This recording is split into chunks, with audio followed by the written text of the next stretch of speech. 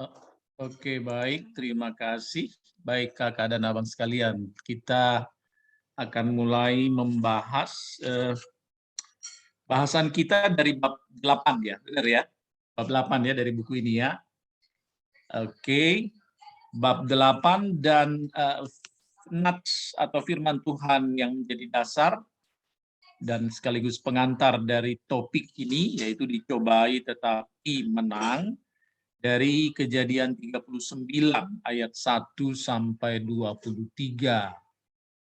Kita baca lah ya dulu Kejadian 39 ayat 1 sampai 23. Kita ada 7 orang ya, kakak dan abang ada 7 orang PDR. Kita bagilah, ada yang 4 ayat, ada yang tiga ayat ya. Kak Rina Manulang ayat 1 sampai 4 ya. Bang Roni ayat 5 sampai 8.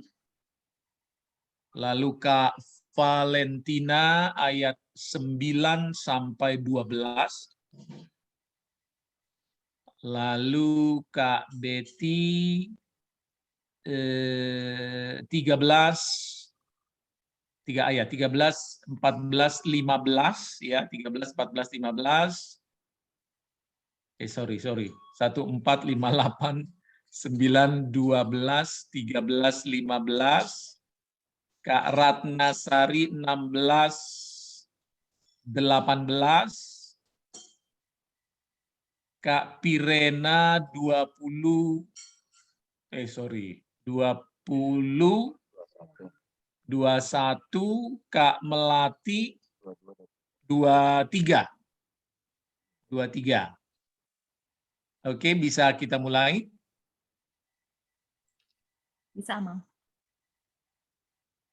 Kejadian 39 ayat 1, Yusuf di rumah Potifar.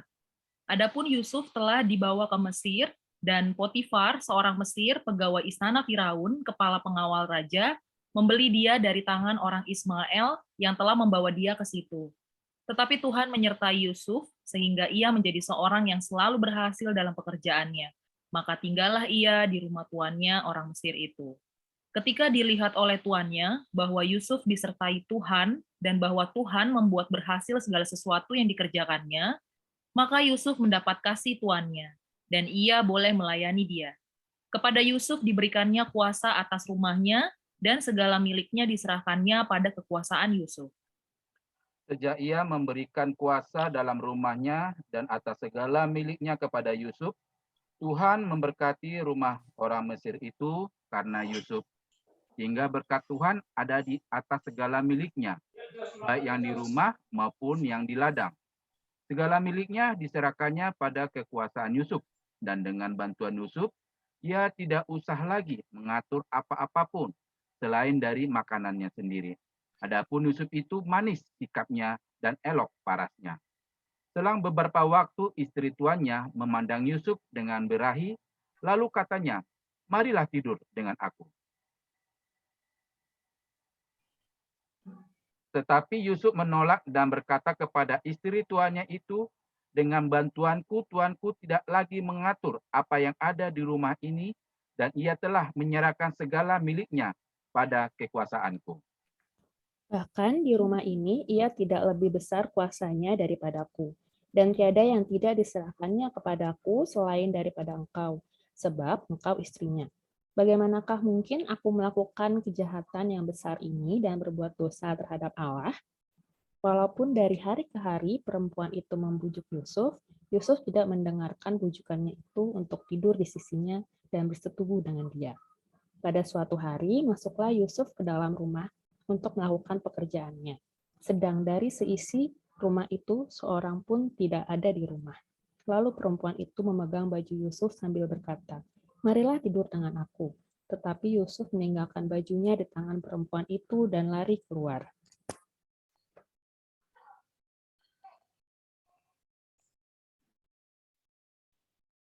Ketika dilihat perempuan itu,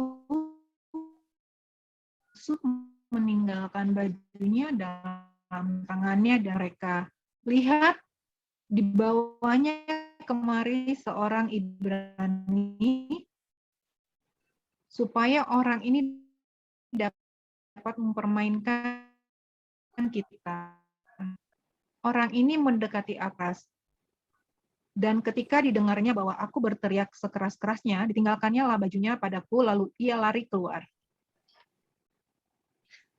Ditaruhnya baju Yusuf itu di sisinya sampai tuan rumah pulang. Perkataan itu jugalah yang diceritakan perempuan itu kepada Potifar.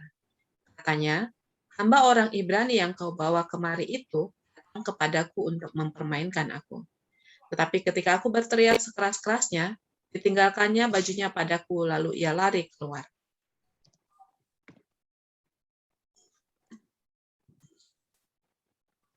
Baru saja didengar oleh tuannya perkataan yang diceritakan istrinya kepadanya. Begitulah aku diperlakukan oleh hambanya itu, maka bangkitlah amarahnya. Lalu Yusuf ditangkap oleh tuannya dan dimasukkan ke dalam penjara. Tempat tahanan-tahanan raja dikurung. Demikian Yusuf dipenjarakan di sana. Tetapi Tuhan menyertai Yusuf dan melimpah kasih setianya kepadanya dan membuat Yusuf kesayangan bagi kepala penjara itu.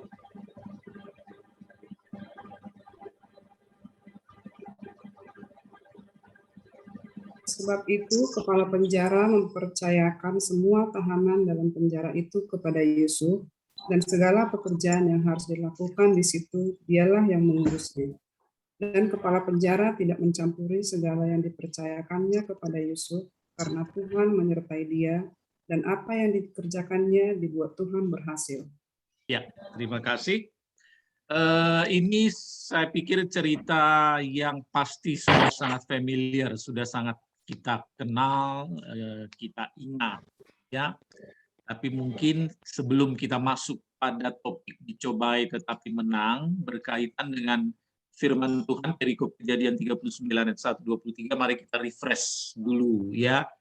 Apa sih ini? Siapa sih ini? Nah, apa yang kakak dan abang ketahui tentang Yusuf?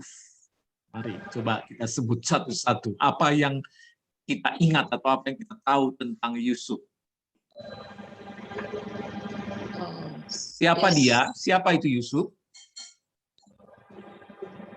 Anak Yakub. Anak Yakub Anak Yakub. Lalu Yang- apa lagi? yang Apa dibuang yang oleh saudara-saudaranya. Disayang Ya. papanya. Ya, gimana? Disayang papanya.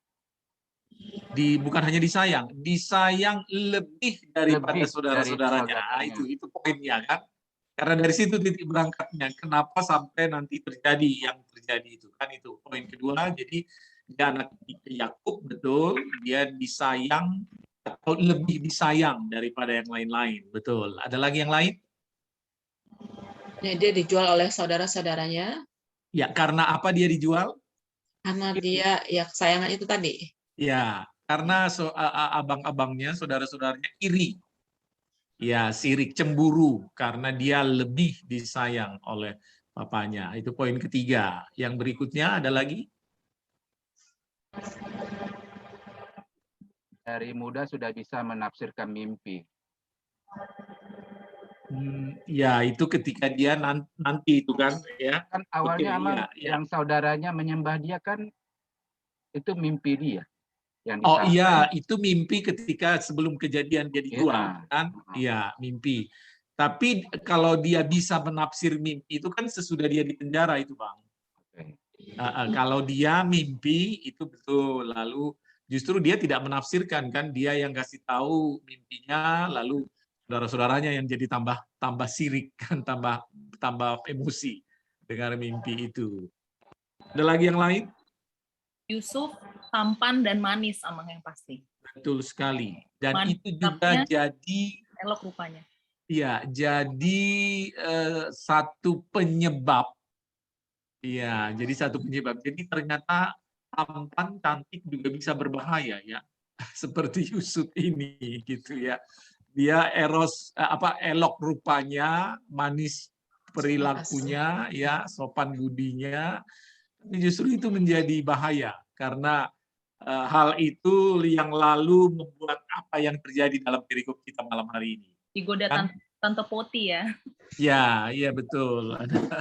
Ay buruah itahe. Perumpamaan ulang kali emang.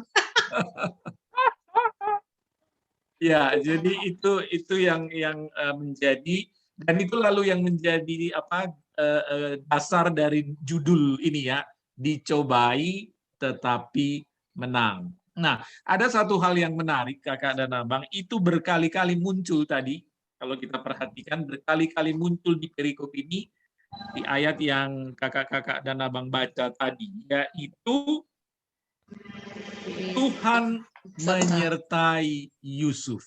Itu 4 kali ya muncul ya. Kita perhatikan ayat 2. Tetapi Tuhan menyertai Yusuf. Lalu ayat 3. Setelah dilihat oleh tuannya bahwa Yusuf disertai Tuhan, wah, ya berulang-ulang. Lalu di ayat 21, ayat 21. Tetapi Tuhan menyertai Yusuf. Dan di ayat 23, Tuhan menyertai dia dan apa yang dikerjakannya dibuat Tuhan berhasil. Berulang-ulang itu. Jadi ini poin penting juga yang menjadi ciri khas dari kehidupan Yusuf, yaitu Tuhan selalu menyertai dia. Karena itu makanya judulnya dicobai tapi menang. Ya, ada pencobaan tapi menang. Kok bisa menang? Itu nanti yang perlu ditekankan kepada anak-anak remaja ketika anak-anak remaja menghadapi pencobaan. Gimana caranya supaya menang, gitu kan? Nah, kenapa Yusuf bisa menang? Baik, itu sekedar flashback atau poin-poin penting sebelum kita menyampaikan topik ini, tema ini kepada anak-anak kita remaja. Baik, silahkan dibaca aktivitasnya, Kak, moderator. Ya, aman. Aktivitasnya, ini kita mulai dari aktivitas atau langsung ke pendahuluan, aman? Ya, aktivitas aja dulu. Oke, ini ada aktivitasnya di halaman 39, Kakak Abang. Jadi pertama, siapkan pulpen dan 3 kertas kosong. 2, tuliskan pencobaan dalam hal pemikiran, perkataan, dan perbuatan yang mengganggumu seminggu ini pada masing-masing kertas. 3, ceritakan kepada masing-masing pencobaan itu di kelompokmu, tentang masing-masing pencobaan itu di kelompokmu. Terakhir, saling tukar ketiga kertas itu dan saling doakan pergumulan itu dengan teman-teman kelompokmu. Baik, ini aktivitas tentu dibuat dalam konteks old normal, belum pandemi. Ya. Jadi sementara kita sekarang online ini pasti KTB-nya kan ya. Kira-kira bisa nggak? Gimana menurut kakak dan abang aktivitas ini bisakah dilakukan? Saling tukar ketiga kertas itu, nah itu gimana kira-kira teknisnya? Japri ke mereka masing-masing emang. Di Japri. Iya. Oh, jadi ini ya pakai WA gitu ya? Itu salah satunya emang. Oh, iya, iya, iya. Berarti mungkin tidak langsung pada saat KTB ya? Atau minggu depannya dikumpulin gitu? Bisa jadi emang. Gimana menurut kakak-kakak yang lain? Ini bisa? Benernya bisa aja sih, Amang. Mungkin nanti misalnya kayak contoh disepakati, misalnya dari 4 orang, misalnya si A nanti akan dapatnya namanya siapa. Jadi langsung otomatis japri aja gitu kali ya, Amang. Benernya Oh, gitu ya. Jadi di dikocok dulu. mix. Ya, dikocok di ini ya. Oke. Ya, baik.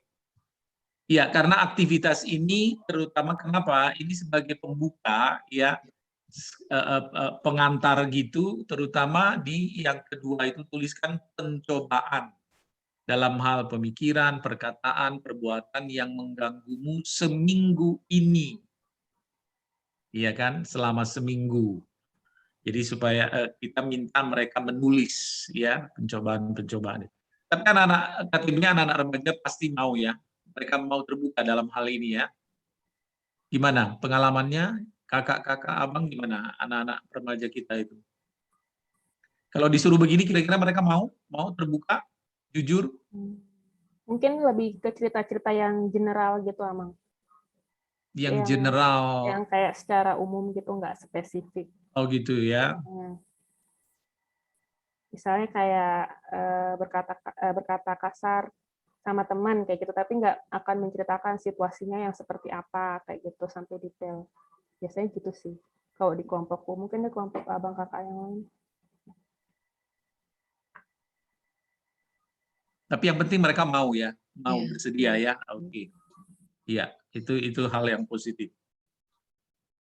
Oke, baik, dilanjut Kak, pendahuluan.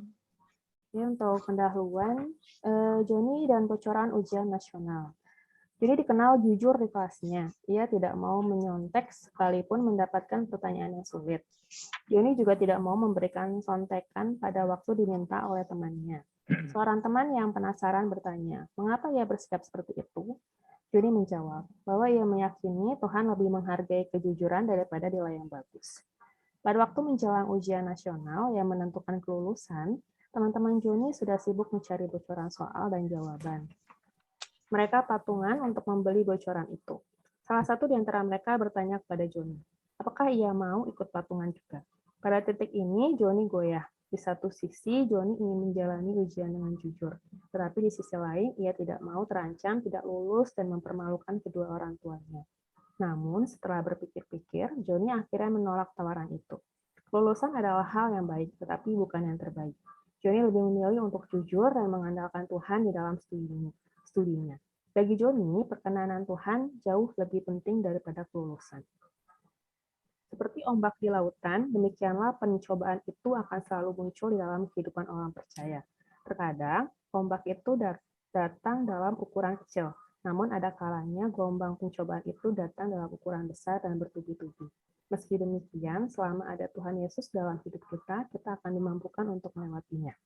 Oke, baik, sampai di situ dulu. Itu tadi cerita pendahuluannya tentang Joni dan bocoran ujian ya. Nah, ini juga tentang kejujuran.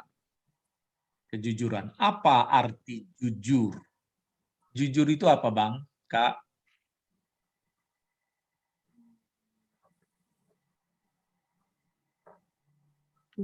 Jujur tidak bohong, iya kan? Iya, benar.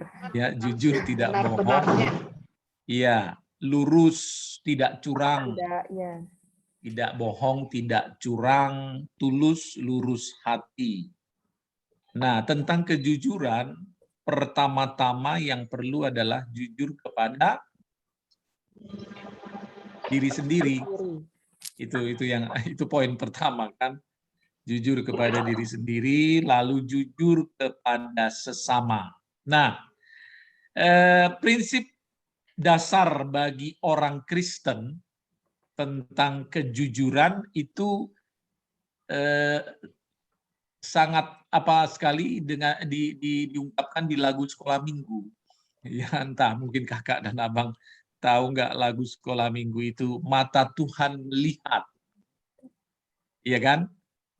Apalagi mungkin anak-anak PDR, anak-anak KTB yang baru kelas 1 SMP pasti masih fresh lah lagu-lagu itu ya. Baru setahun yang lalu mungkin mereka tinggalkan gitu kan. Mata Tuhan melihat apa yang engkau perbuat, apa yang baik, apa yang jahat, gitu kan. Oleh sebab itulah jangan berbuat jahat, ingat Tuhan melihatnya. Lagu sekolah minggu ya. Bolehlah anak-anak remaja diajak nyanyi itu kan ya, paling tidak untuk mengingatkan mereka bahwa, dan memang ini prinsip kekristenan, yaitu kita bisa berbohong kepada sesama tapi tidak kepada Tuhan melihat gitu kan. Mungkin kita bisa saja menutupi terhadap sesama tapi Tuhan selalu melihat. Nah, itu prinsip kejujuran. Nah, saya pikir ketika kita menyampaikan cerita ini, lalu kita mungkin bisa men-share-nya atau mendiskusikannya, lalu penutup cerita ini, pengantar cerita ini, kita ungkapkan lagu itu tadi. Ya, jadi kita bisa saja tidak jujur kepada sesama, tapi tidak mungkin ada yang bisa ditutupi di hadapan Tuhan. Oke, begitu. Lalu seperti ombak di lautan, demikian pencobaan itu akan selalu muncul. Ya, seperti firman Tuhan hari ini ya. seperti ombak, gelombang, badai, arus yang bisa membawa kita jauh, ya. Nah, pencobaan-pencobaan itu juga bisa menjadi gelombang yang menghantam kita, kan? Nah, kalau tadi firman-Nya tentang ajaran, salah satunya ajaran-ajaran yang aneh-aneh, yang macam-macam, yang bertentangan. Nah, kalau di sini bisa berupa pencobaan, ya, pencobaan yang bertubi-tubi. Tapi selama ada Tuhan Yesus di dalam hidup kita, kita akan dimampukan untuk melewatinya. Baik, sampai di sini. Sebelum kita masuk pada pendalaman Alkitab, mungkin ada pertanyaan atau ada yang bisa kita share, kita bagikan.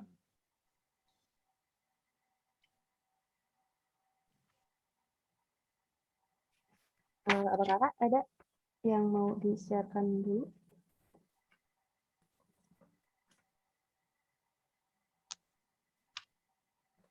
Kalau dari aku, ceritanya itu sebenarnya benar-benar relate sih, Amang. Dulu zamannya SMA, ini tuh beneran kejadian, dimintain patungan buat jawaban ujian nasional, kayak gitu. Oh gitu ya, benar ya itu ya? Bener. Terus itu dibayarnya ke siapa?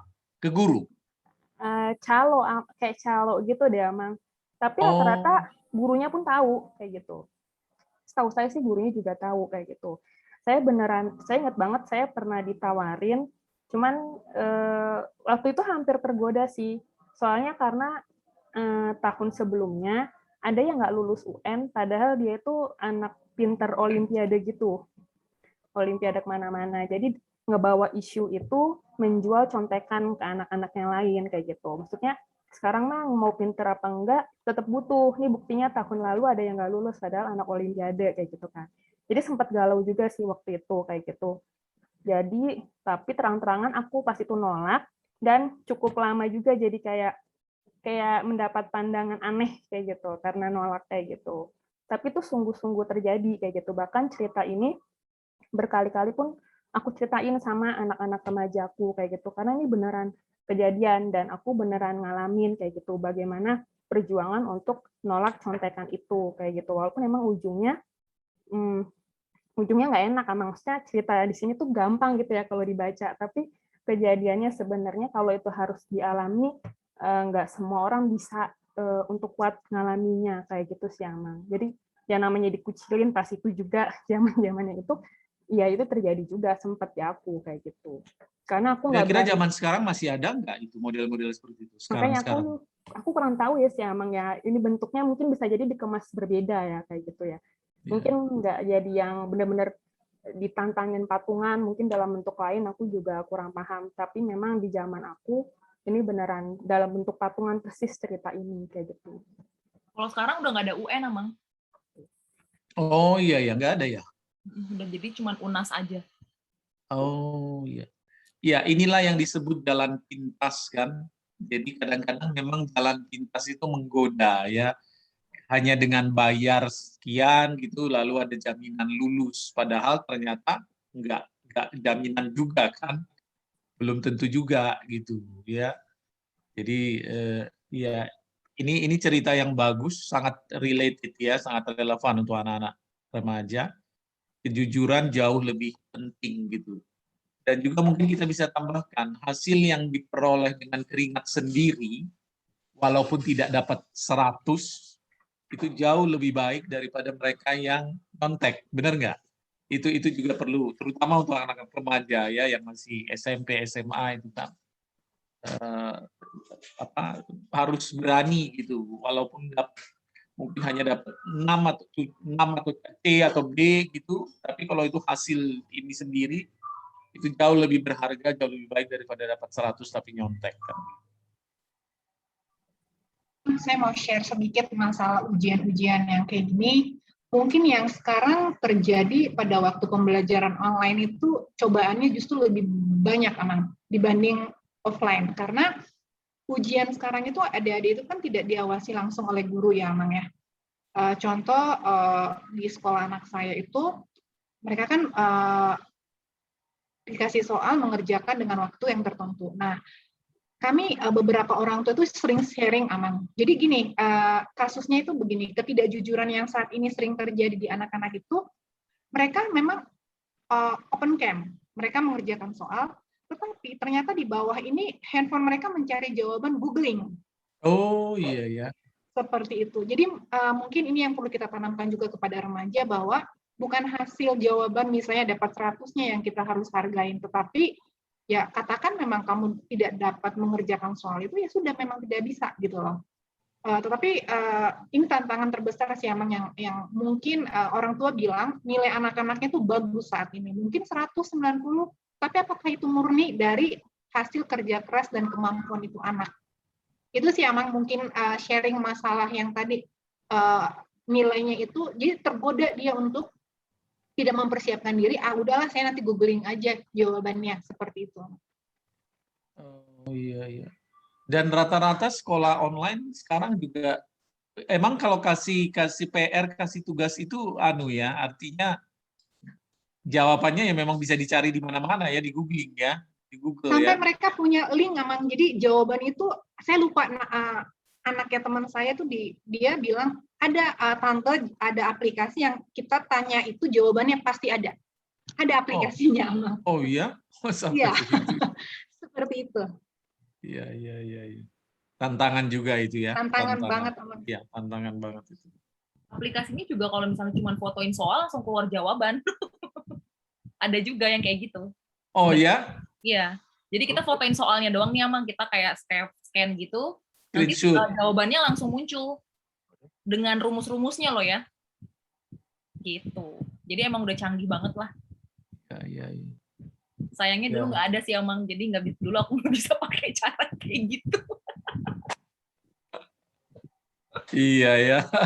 Sangat teknologi. Kecepatan lahir kita ya. Oke, ada lagi yang lain?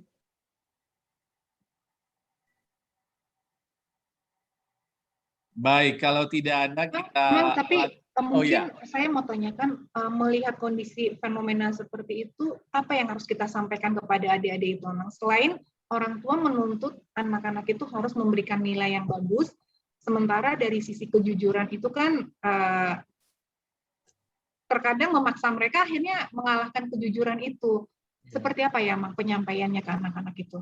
Iya, mungkin yang pertama paling penting itu menanamkan nilai dan arti kejujuran itu. Makanya tadi saya tanya jujur itu apa sih, gitu kan? Itu dulu. Lalu kita terangkan jujur. Kemudian kenapa kok harus jujur gitu? Karena itu tadi kita bisa saja terhadap apa?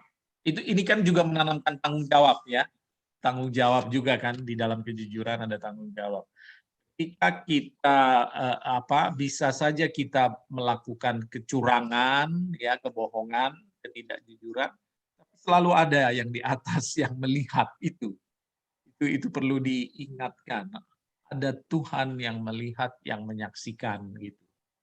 Lalu yang terakhir, poin yang juga bisa kita tanamkan kepada anak-anak remaja itu khususnya adalah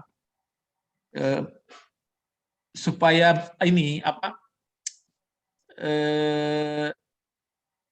menghargai hasil usaha sendiri walaupun tidak bagus nilainya itu loh. Nah, ini memang harus didukung oleh orang tua juga sih. Kadang-kadang kan orang tua juga yang bikin panas gitu. Harus ranking 1, harus 100, harus ini, harus itu, les ini, les itu. Waduh, tiap hari pokoknya dicekokin pelajaran biar pinter, biar ini. Kadang-kadang sampai-sampai ya psikolog sering mengatakan beban dia itu jadi berat sekali sebenarnya tanpa kita sadari gitu kan. Jadi akhirnya yang terjadi ternyata ambisi orang tua sebenarnya, bukan keinginan anak gitu kan, sehingga anak itu jadi terbeban gitu. Salah satu pernah diskusi kami waktu di Jogja, beban sekolah sekarang itu, terutama sekolah, ya contoh, saya kalau nggak salah ya waktu itu, saya nggak tahu sekarang apa masih gitu, waktu itu yang sering dapat sorotan itu penabur. Sekolah penabur itu dicap terkenal sebagai terbaik kan, nasional terbaik lah, sering lah mereka dapat nama kan ya, dari SD sampai SMA gitu. Tapi ternyata kalau diteliti itu beban sekolahnya, wah, ngalah-ngalahin mahasiswa. Iya, dan kalau bawa tas itu beratnya minta ampun, itu tas waktu zaman normal dulu, ngalah-ngalahin mahasiswa gitu ya. Jadi tanpa disadari akhirnya mereka jadi stres gitu kan, jadi tidak menikmati sekolah gitu.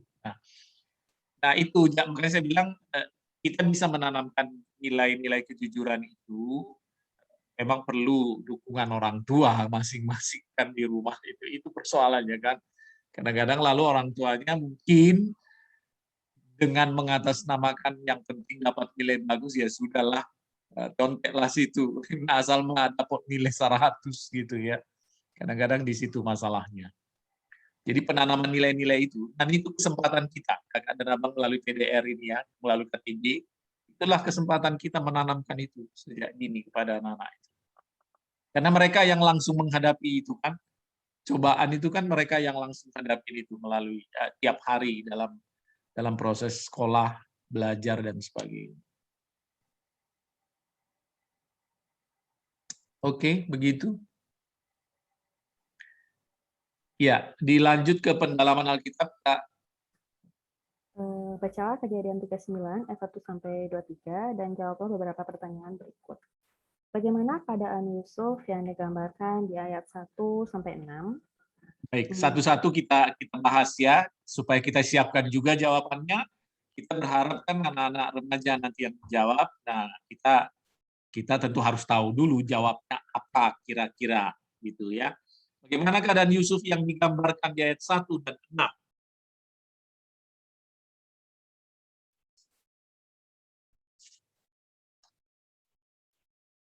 Yusuf, Poin pertama apa? Yusuf sudah jadi orang berhasil, Amang. Yusuf sudah jadi orang berhasil sebelum sampai ke sana, Kak. Oh, belum. Ayat 1 sampai 6, coba baca ayat 1. Nah, coba ayat 1 dibaca. Adapun Yusuf telah dibawa ke Mesir dan Potifar, seorang Mesir, pegawai istana Firaun, kepala pengawal raja, membeli dia dari tangan orang Ismail yang telah membawa dia ke situ. Perhatikan kata-kata membeli dia dari tangan orang Ismail yang telah membawa dia ke situ. Artinya, perikop ini masih menceritakan bahwa Yusuf statusnya di ayat 1 ini adalah budak. Ya, itu poin pertamanya ya. Jadi bagaimana keadaan Yusuf yang digambarkan di ayat 1 sampai 6? Yang pertama, Yusuf itu seorang budak. Dia dibeli oleh Potifar dari orang Ismail. Ya. Kakak dan Abang tahu ya, Ismail itu anaknya Hagar, istrinya Abraham. Iya. Jadi orang Ismail itu, Hagar itu kan orang Mesir ya. Lalu lebih sering kemudian orang Ismail itu disebut sebagai orang Mesir dan orang Arab. Iya. Jadi kalau dibilang Ismail itu biasanya konotasinya adalah ke sana, orang-orang Arab ya. Ya, itu poin pertama. Jadi Yusuf dijual dan dibeli oleh Potifar sebagai budak. Lalu yang berikutnya,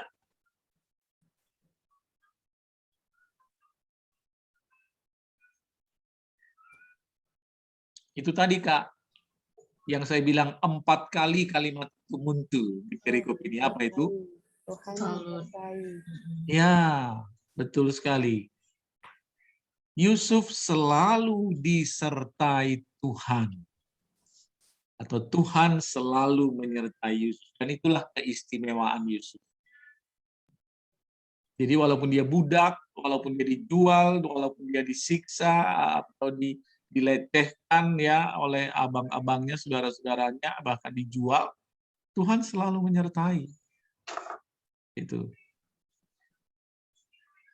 poin kedua. Nah, berkaitan dengan poin kedua itulah kita masuk ke poin ketiga. Apa itu? Dari budak, karena dia selalu disertai Tuhan, dari budak dia menjadi berkuasa dan bertanggung jawab atas seisi rumah Potifar. Naik statusnya. Bukannya lebih dulu itu dulu, Amang. Jadi status menjadi budak, bekerja di rumah Potifar. Iya, betul, bekerja di rumah Potifar. Ya kan, tadi Statusnya. dibeli. Kan tadi di poin kedua sudah, Bang, bahwa poin pertama, sorry, dia kan dibeli. Ya, dibeli oleh Potifar sebagai budak. Dibeli berarti kan dia kerja di rumahnya, Bang Roni. Potifar beli dia dari orang Ismail untuk kerja sebagai budak, untuk bekerja di rumahnya. Lalu dia disertai Tuhan, selalu disertai Tuhan. Nah, karena selalu disertai Tuhan, itu naik pangkat dia. Coba Bang Roni baca ayat 3, Bang. Setelah dilihat oleh tuannya bahwa Yusuf disertai Tuhan dan bahwa Tuhan membuat berhasil segala sesuatu yang dikerjakannya. Ya, terus ayat 4. Maka Yusuf mendapat kasih tuannya dan ia boleh melayani dia. Kepada Yusuf diberikannya kuasa atas rumahnya dan segala miliknya diserahkannya pada kekuasaan Yusuf. Iya, kan? Itu urut-urutannya ya. Jadi karena poin kedua itu, karena Tuhan selalu menyertai, bahwa Yusuf disertai Tuhan, dan bahwa Tuhan membuat berhasil segala sesuatu yang dikerjakannya, maka Yusuf mendapat kasih tuannya, ia boleh melayani dia, bahkan kepada Yusuf diberikan kuasa atas rumahnya dan segala miliknya diserahkan pada kekuasaan Yusuf. Wah, luar biasa ini. Mana ada budak seperti itu. Ini dia kalau dibahas zaman sekarang, kira-kira ini bisa jadi sekretaris pribadi, ya kan? Kalau bahasa zaman sekarang ya, sekretaris pribadi atau apa ini, kepala rumah tangga. Kepala rumah tangga. Ya, jadi dia yang bertanggung jawab mengatur, memanage, menguasai bahkan semua harta miliknya, rumahnya, harta miliknya. Wah, luar biasa.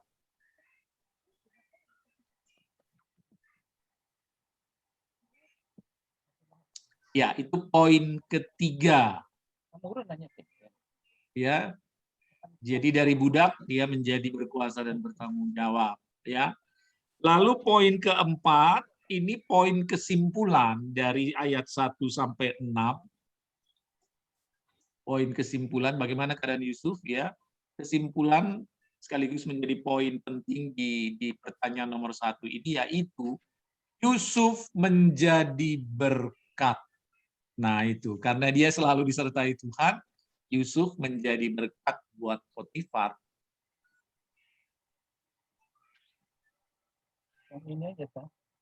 Kan segala sesuatu yang dikerjakannya berhasil katanya. Ya, pantaslah Potifar senang kan?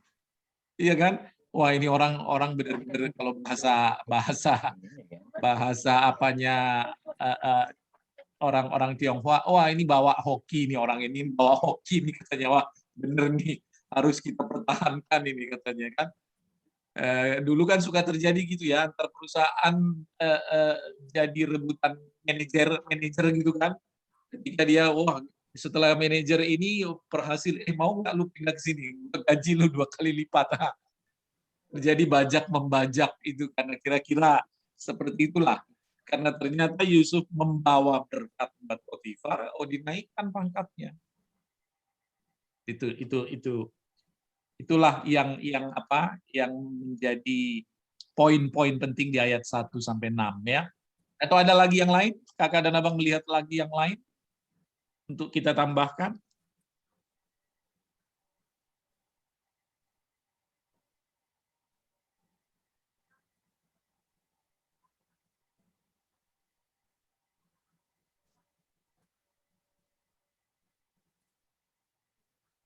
Cukup lengkap ya? Sudah ya? 1 sampai 4? Oke. Kita lanjut Kak, ayat 2, nomor 2. Bagaimana ayat 7 dan 10 melukiskan godaan yang dialami Yusuf? Ya, bagaimana ayat 7 dan 10 melukiskan godaan yang dialami Yusuf?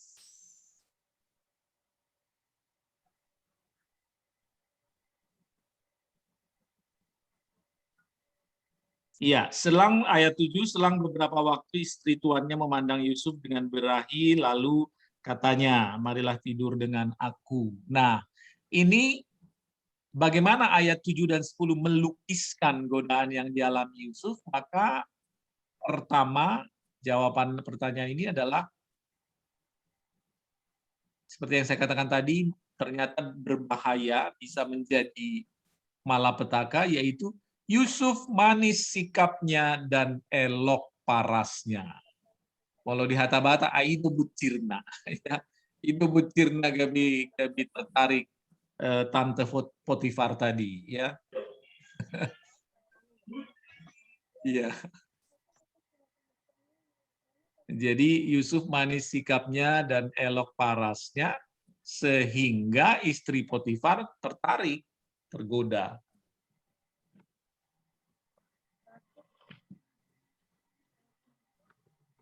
Kalau saya, Amang mungkin menambahkan sedikit. Ya. Kalau ngeliat ini sepertinya ya bahwa ya pencobaan itu berulang-ulang dan tidak akan pernah berhenti gitu ya. Sampai kita memutuskan mau kita ikutin atau enggak. Ya. Ya, dan itu juga yang dialami dialami Yusuf ya. Ya, habis kita bisa bayangkan dia tentu karena sudah diberi tanggung jawab di rumah itu, berarti dia tinggal di rumah itu juga kan. Berarti tiap hari dia nggak bisa enggak tiap hari bertemu dengan nyonya rumah begitu, selalu ada saja ya, mungkin nyonya rumah manggil suruh apa gitu ya. Dan ternyata intensitas itu, yaitu anak-anak juga kan bisa saja menghadapi cobaan godaan yang intensitasnya tiap hari gitu ya dihadapi. Seperti tadi sekolah online, diberi tugas misalnya, ya tugasnya tiap hari, maka HP juga dipegang tiap hari gitu kan. Jadi intensitas godaan itu tiap hari juga mereka hadapi.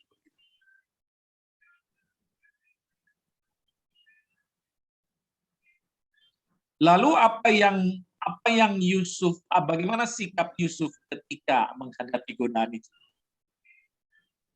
Gimana, Kak?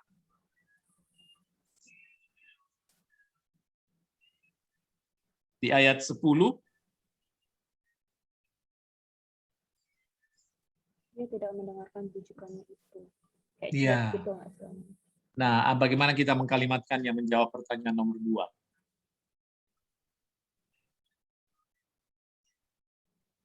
Rahasianya menurut saya adalah dia memang yang dia memilih untuk tidak berbuat dosa dan dengan segera meninggalkan godaan, nggak mempertimbangkan, nggak memberikan ruang untuk mempertimbangkan area abu-abu itu gitu. Iya.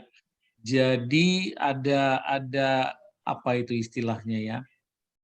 Ketegaran ya, kekuatan ya. Kekuatan Yusuf tidak tergoda gitu. Dia tidak mendengarkan bujukan istri Potifar, itu yang ditulis di ayat 10 ya. Di ayat 10, walaupun dari hari ke hari perempuan itu membujuk Yusuf, jadi intensitasnya ya tiap hari, tetapi Yusuf tidak mendengarkan bujukannya. Iya. Kalau istilahnya dibilang memiliki prinsip, Amang? Ya, bisa memiliki prinsip, betul. Atau mungkin iya, artinya dia punya prinsip gitu ya, teguh pada prinsipnya, tegas.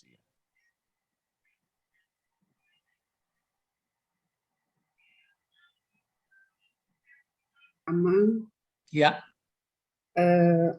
ini kan saya melihatnya begini, Mang. Yusuf ini kan godaan yang kalau kita bayangkan gitu ya, godaan yang dialami itu berat sekali ya, di mana dia di situ itu seorang budak atau karyawan lah gitu ya, dan istri tuannya menggoda dia gitu kan. Jadi godaan itu sebenarnya sangat berat kalau dia menuruti nafsu keduniawiannya. Tapi di sini apa mungkin dia sudah seseorang yang takut akan Tuhan dan tidak mau berbuat dosa, tidak mau melanggar perintah Tuhan, makanya dia bisa bertahan dan kuat akan godaan untuk lari dari godaan itu, menghindar dari godaan itu. Iya, iya, betul itu, Kak. Dan itu yang menjadi jawaban pertanyaan nomor 3 nanti, Kak, itu. Oh, ya. Iya. Nanti di nomor 3, nanti kita jawabannya itu, yang Kak Melati bilang. Iya. Ya, Iya. makasih.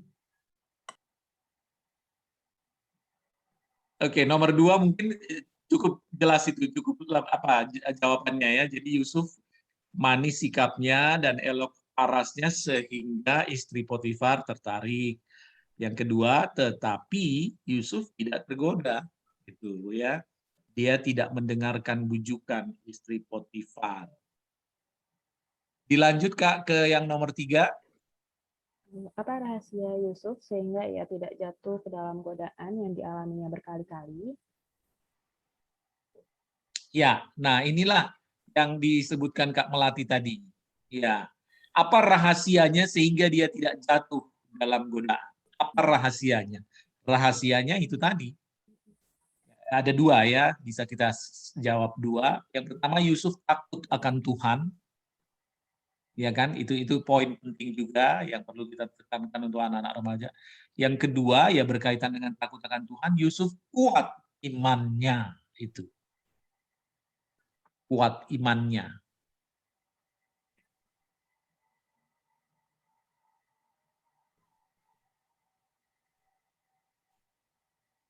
Memang kalau kita tambahkan dari sisi kepercayaan dari tuannya itu gimana, Mang? Suaminya Potifar itu kan dia memberikan kepercayaan kepada dia.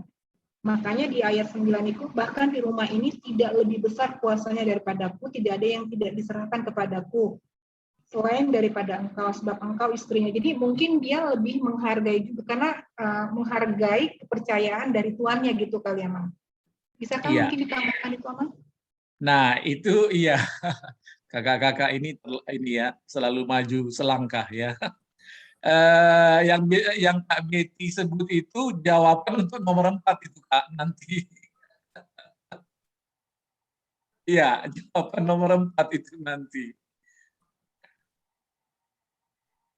Sebenarnya kan sudah mengcover yang itu, Amang. Yusuf takut akan Tuhan. Jadi kalau udah takut akan Tuhan itu, apapun, yaitu semua merangkum semuanya. Berintegritas kali ya. Jadi. Iya. Ya, kalau bahasa sekarang integritas ya. Sesuai kata dengan perbuatan, setia, sejalan gitu ya. Iya, betul, bisa. Tapi buat anak remaja kadang-kadang pengertian takut akan Tuhan itu kan sangat luas sekali, Bang. Apa sih, seperti apa sih gitu. Nah, lalu kita memperkuat kalimat itu dengan kuat imannya. Iya. Jadi intensitas cobaan godaan itu tiap hari ini kan ya, tiap hari seperti yang Yusuf hadapi itu tiap hari. Tapi kalau kuat imannya kan mau tiap hari tetap aja dia bertahan kan. Dia nggak tergoda gitu. Walaupun intensitasnya setiap hari. Amang, saya mau tanya dulu, Amang. Ya. Di zaman sekarang, apakah ada seperti itu? Karena dalam hal, mungkin ini dalam hal perjinahan, tetapi dalam hal pekerjaan, itu yang saya tahu saya tuh, maaf, dia orang Batak itu terus terang dia menyodorin suatu jabatan, asal dia meninggalkan Yesusnya. Nah, itu udah disaksikan di jemaat kita. Kamu mau tinggal Yesus, aku kasih jabatan. Dan ada yang seperti itu, Amang. Dan jabatan, soal juga masalah duniawi percintaan, zaman sekarang banyak terjadi hal tersebut. Ini kan kasus Potifar. Iya. Jadi zaman sekarang banyak meninggalkan istilahnya menggantikan imannya dengan keduniawian, Amang. Iya, betul sekali ya.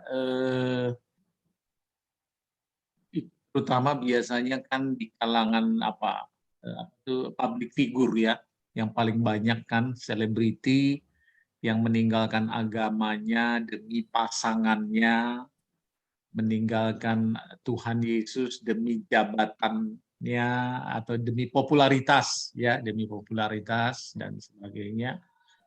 Nah, kalau pengalaman saya yang paling banyak sekali godaan seperti itu di Tanah Alas. Kakak dan abang tahu nggak Tanah Alas itu di mana? Dang ibu tuh hamui dia Tanah Alas. Nggak tahu ya. Taunya Tanah Abang kali ya. Kalau Tanah Abang pasti tahu lah ya, pasti hafal lah kalian ini. Tanah Alas nggak tahu. Tanah Alas itu Kota Cane, Aceh Tenggara.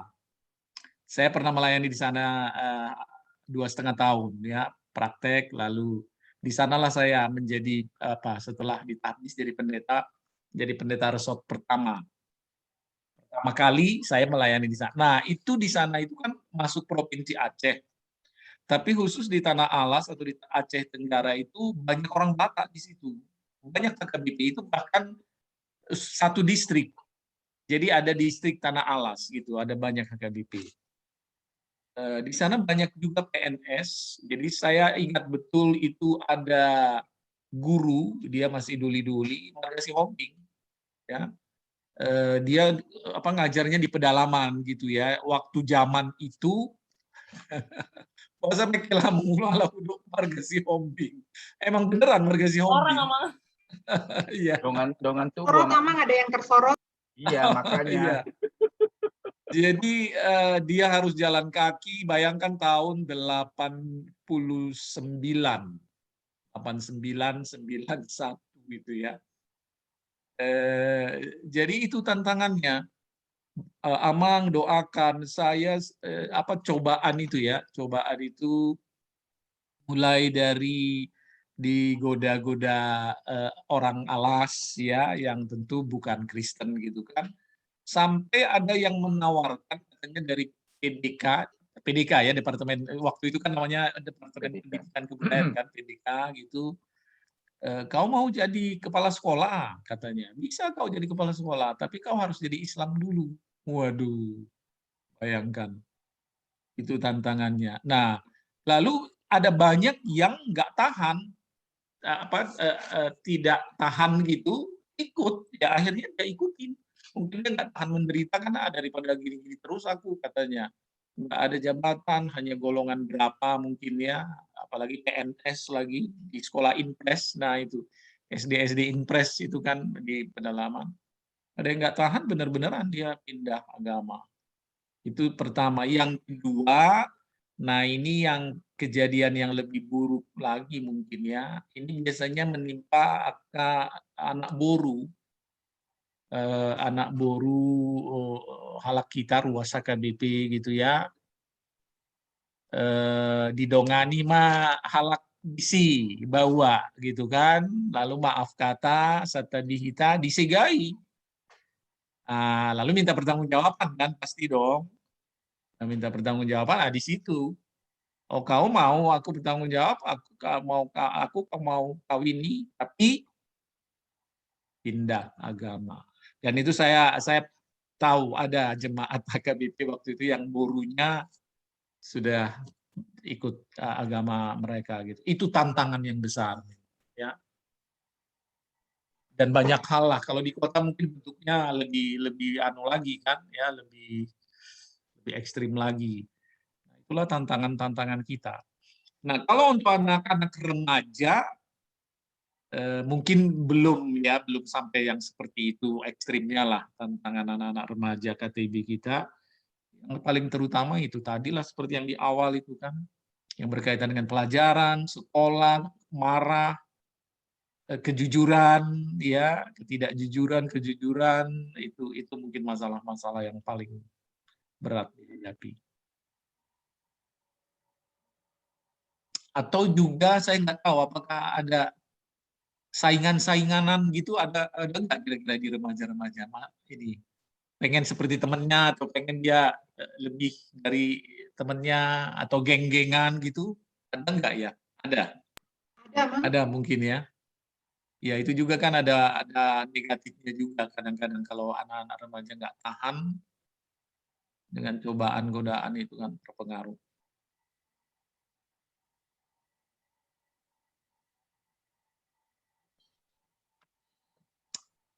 Oke, bisa dilanjut ke yang berikutnya, Kak. Mengapa Yusuf harus lari dari istri Potifar? Ya, nah inilah jawaban yang disampaikan Kak Betty tadi, ya.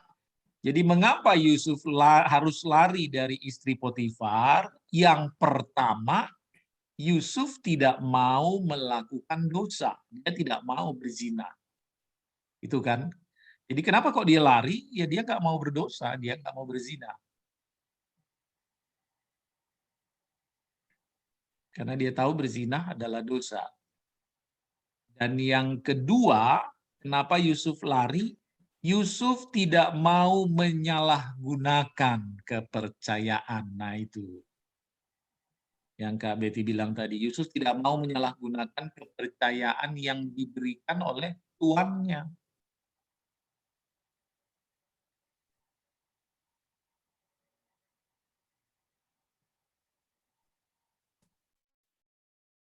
Kalau zaman sekarang mungkin justru yang terjadi ya sebaliknya ya.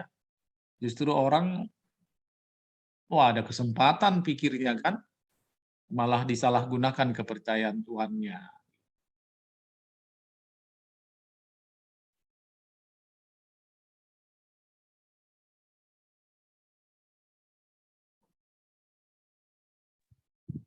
Memang Ya, nggak tahu sih, aku kepikirannya apakah memang godaan-godaan itu maksudnya karakteristik godaan itu akan menyesuaikan dengan predikat atau apa ya, maksudnya kan kalau misalnya si Yusuf ini kan karena dia posisinya dia adalah orang kepercayaan gitu ya, dan yang kedua adalah karena dia punya paras yang elok gitu kan, itu kan jadi tantangan buat dia, makanya godaan yang datang sama dia itu adalah terkait dengan godaan nafsu fisik. dan juga nafsu dan juga jabatan gitu kan, yang tanggung jawab sebagai orang kepercayaan. Nah, apakah memang ada karakteristik gitu ya untuk godaan-godaan itu disesuaikan dengan kelemahan orang tersebut gitu. Nah, misalnya seperti kayak remaja, berarti godaan dia adalah masalah kejujuran, misal gitu. Atau mungkin ketika dia sudah punya jabatan, berarti godaan dia itu adalah misalnya tentang kekuasaan. Nah, apakah memang ada karakter seperti itu ya, Amang, untuk godaan? Iya, bisa dua-duanya. Jadi kelemahan tadi kan ya, seperti yang Karina bilang, karena kelemahan lalu godaan itu menggoda. Jadi kan kalau kita bicara sumber godaan siapa? Siapa penggoda? Iblis. Ah itu. Iya kan? Bagaimana teknik strategi iblis menggoda? Selalu memanfaatkan kelemahan orang. Iya kan? Sama seperti ketika dosa pertama kali yang dipakai iblis adalah kelemahan Hawa, gitu kan? Keingintahuan, keinginan mencoba buah itu rasanya bagaimana, serta keinginan untuk menjadi sama dengan Tuhan, iblis manfaatkan. Tidak boleh, kata Hawa kan, justru kalau kau makan kau jadi sama dengan Tuhan, gitu. Malah kau tergoda, gitu kan? Keinginan. Nah, memang sumber godaan paling utama kan keinginan. Yakobus mengatakan orang dicobai oleh keinginannya. Itu. Nah, jadi kelemahan ya. Tapi sebaliknya kelebihan orang juga bisa jadi godaan, jadi cobaan. Contohnya ketampanan itu kan kelebihan Yusuf. Iya. Ya, justru ketampanan itu yang jadi orang tergoda lalu menggoda dia gitu. Nah, untuk hal yang seperti ini kemungkinan bisa terjadi di anak-anak remaja. Apalagi anak-anak remaja kan sudah mulai nih tahu arti teman lawan jenis ya, pacaran apa gitu kan. Nah, biasanya kan yang tampan banyak yang seneng gitu kan. Wah, itu kalau dia nggak tahan kan bisa tergoda gitu kan ya. Apalagi kalau yang lawan ininya lebih agresif pula gitu kan. Wah, itu sebaliknya juga kalau ada yang cantik lalu ada banyak cowok yang mendekati gitu kan. Itu kan godaan juga gitu. Jadi makanya saya katakan tadi fisik kelebihan orang bisa jadi berkat tapi juga bisa jadi bencana ya, atau jadi bahaya lah, mungkin bahaya ya, karena bisa membuat orang lain tergoda, menggoda kita, lalu kita jadi tergoda. Dan terutama di anak-anak remaja kan godaan fisik itu besar sekali ya, apalagi mereka kan sedang pancaroba ya, atau lagi apalah, remaja itu kan lagi ya pancaroba gitu ya, akil balik gitu kan, juvenil itu ya, itu kan di usia-usia remaja gitu. Oke, Amang. Makasih, Amang.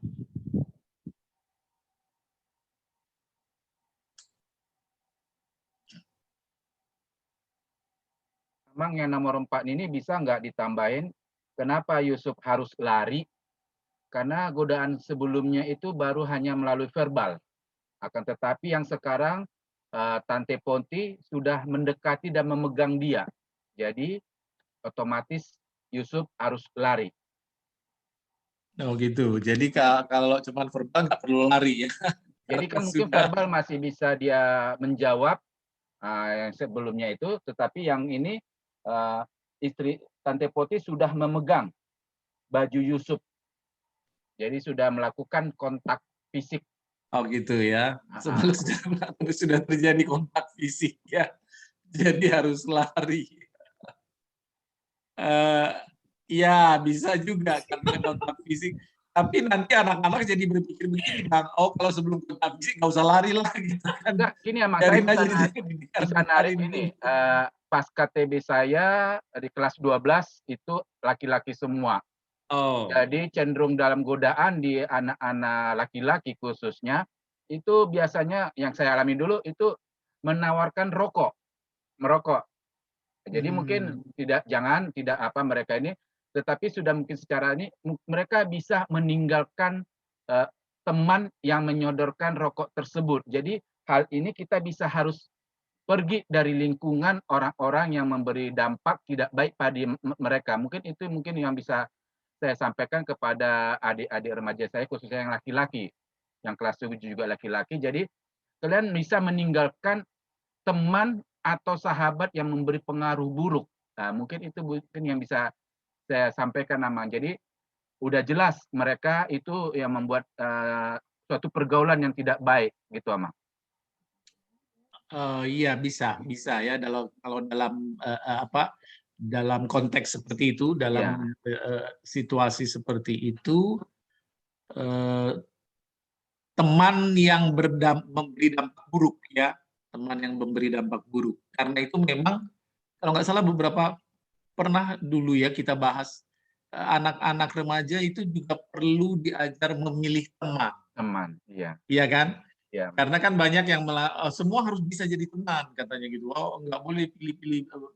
Dalam konteks tertentu, mungkin dalam konteks gereja sebagai persekutuan, sebagai satu persekutuan, memang kita tidak boleh pilih. Semua adalah saudara seiman gitu kan. Tapi dalam konteks yang lebih luas, terutama kalau di luar di sekolah, tetap kita harus ajarkan pada anak untuk pintar-pintar memilih teman. Saya sih berpikir begitu ya. Jadi penempatan semua boleh jadi teman atau semua harus bisa jadi teman itu berbeda, tapi ada dalam konteks tertentu yang kita juga harus katakan harus pintar memilih teman. Karena salah pilih teman bisa bahaya. Iya kan? Kan seperti apa itu slogan-slogannya anti narkoba yang di jalan-jalan itu kan ya, kan banyak kan yang di jalan-jalan kira-kira saya lupa kalimatnya, tapi kalimatnya adalah teman yang baik pasti tidak akan mencelakakan gitu. Jadi artinya jangan karena teman lalu jadi teman narkoba lalu diajak ya udah sama-sama ikut karena pertemanan kan gitu. Iya bisa Bang untuk konteks itu jadi harus ditinggalkan. Memang kalau saya malah berpikiran agak berbeda sih emangnya, karena kalau konteks yang menyangkut penolakan itu sebenarnya harus dari awal ya. Apalagi ini berbicara kalau Bang Roni tadi bilang cowok ya, kalau saya anak cewek. Seperti yang Bang bilang tadi kan perkembangan sekarang itu dia remaja itu mencari jati diri. Contoh misalnya ada cowok yang mendekati dia padahal mungkin niatnya seperti yang Bang bilang tadi ada niat terselubung untuk merusak nih anak misalnya. Dikasih rayuan, nah mulai disentuh tangannya kayak gitu-gitu kan mungkin namanya anak remaja dia merasa bangga apalagi tuh cowok ganteng misalnya idola di sana. Jadi yang saya alami ya bahkan mungkin waktu saya dulu waktu remaja banyak cowok-cowok yang merasa hebat terus tiba-tiba mendekati perempuan-perempuan yang menurut dia bisa ditaklukkan. Nah kalau menurut saya bahkan ingin mengajarkan ke adik-adik itu jangan pada waktu disentuh kamu meninggalkan itu, tetapi dari awal kamu meninggalkan kalau kamu udah tahu bahwa itu niatnya buruk seperti itu. Jadi mungkin kalau dalam konteks yang tadi Bang Roni oke, mungkin, tapi mungkin kalau saya menyampaikan kepada remaja dengan konteks sudah disentuh baru kamu tinggalkan, agak terlambat sih emang. Jadinya lebih baik kamu jaga diri kamu seutuhnya, jangan sampai dia udah, karena gini, kalau sudah dirayu itu kan susah menolaknya, apalagi anak-anak remaja yang sedang mencari jati diri ya emangnya. Karena ini kan konteksnya kita sampaikan ke remaja ya, bukan dewasa, orang-orang dewasa. Jadi mungkin lebih saya nggak akan membahas ini masuk ke poin ini, tetapi saya akan bilang bahwa poinnya ya lebih ke memiliki ketakutan akan Tuhan. Itu udah mewakili itu semua gitu loh. Kalau saya bahas itu lagi nanti berarti kan masih bolehlah dirayu-rayu, masih bisa kita dengarkan sebelum disentuh. Takutnya ada pertanyaan seperti itu sih emang. Iya. Iya. Iya, makanya saya bilang tadi tunggu disentuh dulu baru ditinggal gitu kan. Jadi warning memang perlu dari awal dan terutama memang sedikit agak berbeda kalau untuk anak remaja laki-laki dengan anak remaja perempuan ya. Ada penekanan yang berbeda gitu kan. Terutama kalau untuk anak remaja perempuan memang yang paling baik adalah jangan sampai terjadi sentuhan. Karena kita bisa bayangkan terutama yang baru pertama kali ya kan, yang polos baru pertama kali lagi dapet cowok gitu, wah berbunga-bunga banget deh, malam nggak bisa tidur, ini dan sebagainya. Nah itu kadang-kadang lalu jadi lupa diri kan ya, lupa diri serasa di awal-awal. Nah sementara lalu iblis bekerja, kan yang kita takut iblis bekerja gitu ya. Bisa saja mereka mungkin tadinya nggak ya baik-baik gitu, tetapi ketika iblis itu masuk menggoda, nah di situ yang bahaya itu kan, jadi rasuk gitu. Nah untuk itu memang kita perlu terutama anak remaja cewek supaya mereka menghargai tubuhnya, itu poin penting. Jadi menghargai. Jadi kalau tadi pertama-tama perlu jujur pada diri sendiri, itu tadi tentang kejujuran kan. Nah, untuk anak-anak remaja cewek dalam konteks ini kita harus menghargai orang lain, tapi juga menghargai diri sendiri dalam arti menghargai tubuh. Jadi dengan dasar kata menghargai itu, kita lalu mengajarkan mereka untuk menjaga, memelihara. Sebab tubuhmu itu berharga, gitu kan. Tubuhmu itu bukan sesuatu yang bisa dengan sembarangan disentuh oleh orang gitu ya. Jadi itu saya pikir poin penting juga yang kita khususnya untuk anak-anak remaja perempuan ya. Supaya mereka menghargai dan menjaga gitu.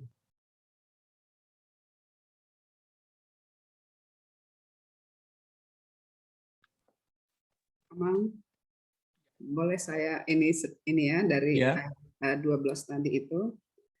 Ini kan mengapa Yusuf harus lari dari istri Potifar gitu ya.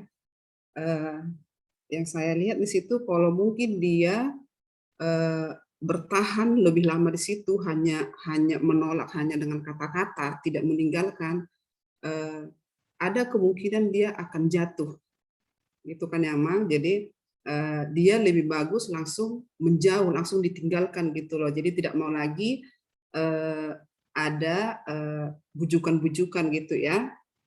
Nah sama juga ke anak remaja ini, kalau saya sih ke anak saya gitu Amang, perempuan ya. Jadi dari awal terutama yang silum lah ya Amang ya. Jadi dari awal itu kalau bisa jangan sampai dekat ya, karena kita kan nggak tahu mungkin dari pertemanan yang enak, kompak gitu, tadinya sih berteman gitu ya, tapi ternyata ada perasaan, apalagi anak remaja kita ini masih polos gitu ya, ternyata asik gitu kan, dan bisa terjadi sesuatu hal yang tidak kita inginkan gitu ya. Kalau sudah dewasa memang bisa mengambil sikap bahwa oh ini sudah nggak benar nih, jadi dia bisa lari meninggalkan gitu ya. Jadi kalau anak remaja itu kayaknya jangan sampai dicoba-coba lah, jangan sampai dia masuk ke lingkungan itu gitu sih Amang. Iya, iya, betul sekali itu, Kak. Jadi makanya tadi kembali ke pilih teman. Jadi tetap kita harus ajari supaya pintar-pintar memilih teman gitu ya. Memang kita nggak bisa menghindari, selalu ada kemungkinan anak-anak kita itu berkenalan, bertemu dengan yang tidak seimbang kan, di sekolah, di tempat les atau di mana gitu. Apalagi kalau yang sekolahnya sekolah negeri ya kan, pastilah malah mereka pasti lebih dominan dari kita gitu kan. Kita nggak mungkin juga ngelarang mereka nggak bergaul ya kan, jadi kuper nanti juga nggak bagus juga gitu. Bergaul boleh, berteman, tapi ada hal-hal prinsip itu yang perlu kita tanamkan, yaitu berteman boleh, tapi teman tentu yang dipilih, yang baik, yang cocok, ya yang baik terutama ya. Tapi kalau untuk jadi dekat, nah harus hati-hati, atau langsung aja kita beri warning, nggak boleh kalau dekat dengan yang beda agama gitu. Jadi dari kecil mereka udah ingat itu kan, ditanamkan sehingga mereka bisa jaga diri, lebih hati-hati. Iya, betul sekali. Dan memang kita juga harus ajarkan anak-anak remaja itu begitu godaan itu datang awal langsung harus tetap ditinggal gitu, jangan ditunggu-tunggu. Jangan ditunggu-tunggu sampai disentuh dulu ya Bang Roni ya. Ya jadi bisa berubah pikiran. Iya, tapi sebelum terjadi apa-apa, kalau kita udah tahu nggak beres, langsung tinggalkan gitu ya.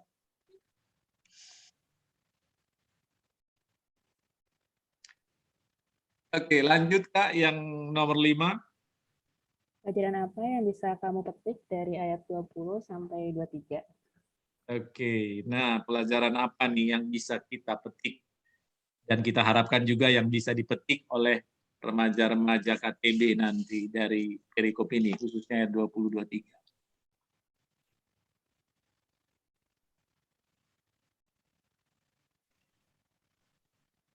Ada bayar harga. Maksudnya gimana itu? Ya gigih, tetapi dengan kegigihan itu akhirnya ya Yusuf masuk penjara memang. Oh, tapi apa itu bayaran itu Bang Roni? Menurut saya sih karena dari ayat ini Yusuf ditangkap dan dimasukkan ke penjara. Tapi kan dia tidak bersalah. Benar, maka saya bilang bayar harga, di mana nanti Tuhan membayarkan lebih kehidupan yang bagus, istilahnya, Mang. Coba kalau aku ikutin dari Tante Poti, mungkin aku nggak masuk penjara, istilahnya kan. Nah, tetapi Tuhan angkat levelnya dia gigih, jujur, dan setia, tetap pada yang tadi takut akan Tuhan, akan tetapi dia masuk penjara karena difitnah, tapi Tuhan bayarkan berapa kali lipat jadi yang terbaik. Jadi maksud di Bang Roni situ. itu kayak ya itu harga yang dibayar dia sebagai komitmen dia Iya, untuk taat pada Allah gitu mungkin. ya, Mam. Karena di sini kan digambarkan Yusuf ditangkap dan dimasukkan ke dalam penjara. Dikarenakan dia jujur, cuma karena dia difitnah, dia masuk penjara. Ketika dia tadi bisa ngikutin bujukan dari Tante Poti, mungkin dia tidak masuk penjara. Tapi Baron, seandainya dia mengikuti Tante Poti itu, Dibunuh. mungkin memang tidak masuk penjara, tapi mungkin kehilangan nyawa karena Potifar itu akan membunuh dia, jadi lebih dari penjara yang dia dapatkan gitu kan. Dan saya ini Bang Roni, bayar harga. Bayar gini, kalau yang pemakaian kalimat itu ya, kita berhutang dosa. Tuhan Yesus membayar utang kita. Jadi kita lepas. Itu yang Bayar harga ya, Mang. Ya, jadi kita berhutang, Tuhan bayar utang kita. Jadi kita beroleh keselamatan gitu kan. Harusnya kan kita yang dihukum disalib kan? Tidak. Tuhan Yesus yang disalib menggantikan kita gitu. Nah, di sini bayar harganya maksudnya di mana pembayarannya dan harga yang mana yang dibayar itu maksudnya Bang Roni? Karena dia masuk penjara, Mang. Harga yang dibayar karena kejujurannya, dan akhir dari kesetiaannya itu Tuhan angkat levelnya jadi penguasa Mesir. Oh, kemudian bukan Ya, perikop kemudian ini ya, itu nanti selanjutnya gitu ya. Ya. Itu nanti sesudah dia, nah mungkin dia bayar harga itu justru di nanti itu mungkin Bang, makanya Ya, itu maksud saya, Mang. yang dia meramal mimpi, akhirnya dia bisa meramalkan mimpi raja, akhirnya dia diangkat. Nah, di situ yang dia lalu memperoleh itu ya, memperoleh bayaran. Tapi dia di penjara bukan karena salah, justru karena difitnah, itu kan. Ya, karena difitnah. Jadi mungkin bukan bayar harga, kita mungkin lebih bisa kalau lebih tepat kalau kita pakai konsekuensi. Konsekuensi dari kejujuran, ketulusan itu ternyata, makanya dibilang orang jujur nggak selalu enak katanya kan, malah kadang-kadang jujur malah dibenci kan. Iya kan, itu yang terjadi di negara kita yang sering kita dengar apanya kan. Ketika orang lain korupsi misalnya di kantor, lalu ketika kita nggak ikut korupsi malah kita dibenci. Nah, seperti Kak Valen tadi, semua mau bayar beli soal gitu kan, patungan, tapi dia nggak mau, malah dia jadi teman-temannya jadi apa gitu kan, merasa wah ini kok ya jadi nggak jadi tingkir gitu ya. Nah, jadi konsekuensi dari apa yang dia lakukan, kejujurannya atau dia tidak mau menuruti keinginan godaan itu, dia malah jadi di penjara gitu. Jadi konsekuensi kejujuran memang bisa justru sakit itu ya, menyakitkan. Nah, itu satu pelajaran. Nah, mungkin pelajaran lain yang bisa kita petik dari kisah Yusuf ini adalah satu hal yang saya lihat. Apapun yang terjadi di penjara sekalipun, Yusuf kayaknya nggak pernah mengeluh ya. Iya kan, bener nggak? Ada nggak ayat ini yang mengatakan lalu Yusuf menangiskah, mengeluhkah, atau apa? Kayaknya enggak ya. Ya, ini pelajaran ini. Luar biasa ini. Yusuf tuh emosinya stabil banget ya, Mang. Ya, iya, sepertinya ya. Sabar ya, dan sabarnya itu, sabar ya. Jadi dia tidak mengeluh dan dia tidak putus asa juga, itu yang luar biasa. Bayangkan, sakit sekali itu, dia nggak bikin apa-apa kok malah di penjara.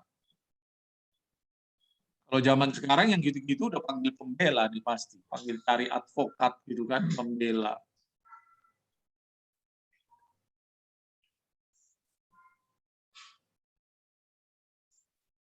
Nah, itu juga pelajaran yang bagus ya, kita tekankan untuk anak-anak kita remaja ya, Kak Tibi ya, bahwa apapun yang terjadi jangan mengeluh, jangan putus asa.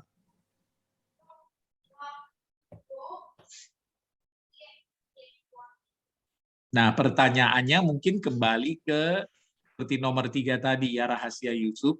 Kenapa dia tidak mengeluh dan kenapa dia tidak putus asa? Sebab dia tahu Tuhan senantiasa menyertai itu.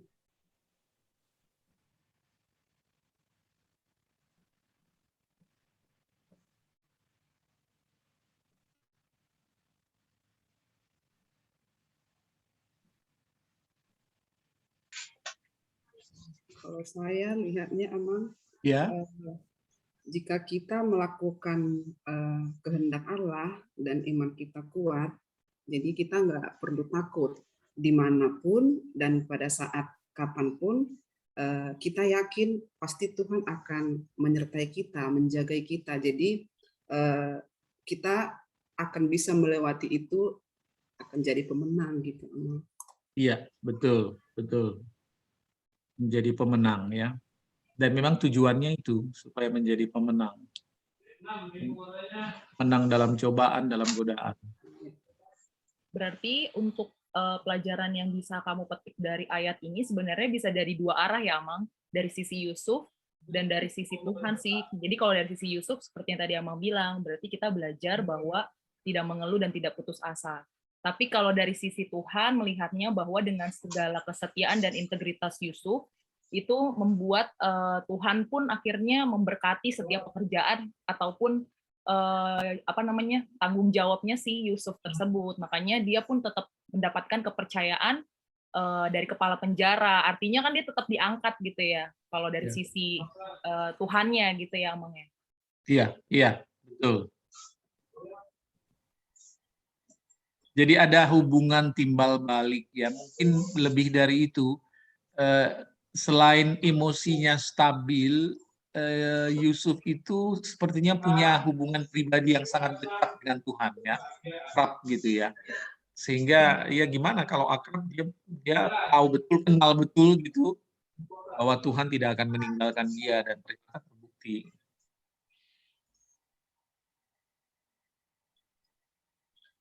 Ada lagi pelajaran yang lain yang bisa kita petik dari kisah Yusuf ini?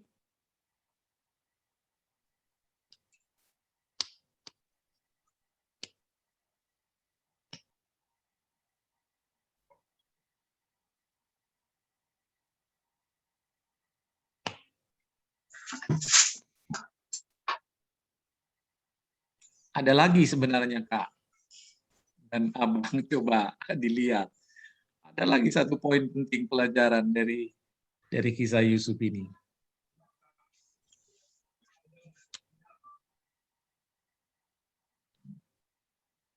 Kepala negara. Kepala negara.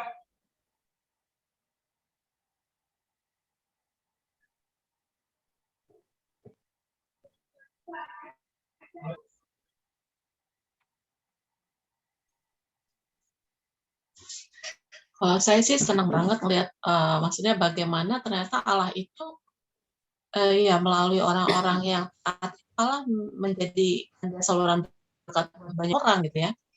Jadi nggak hanya orang percaya, orang nggak percaya pun dapat berkat dari Tuhan melalui orang-orang percaya ini gitu loh, Mang. Iya, Jadi betul. ya luar biasa efeknya ya dari orang yang percaya ini gitu.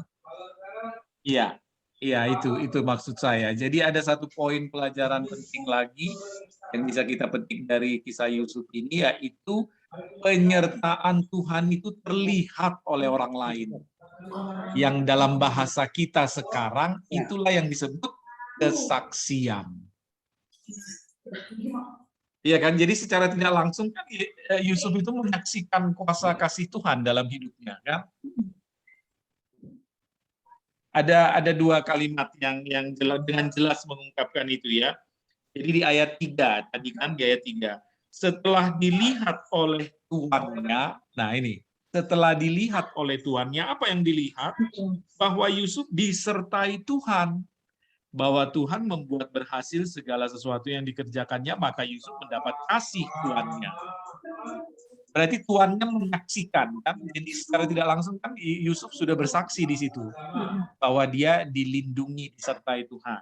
Itu yang pertama. Yang kedua, di ayat 21.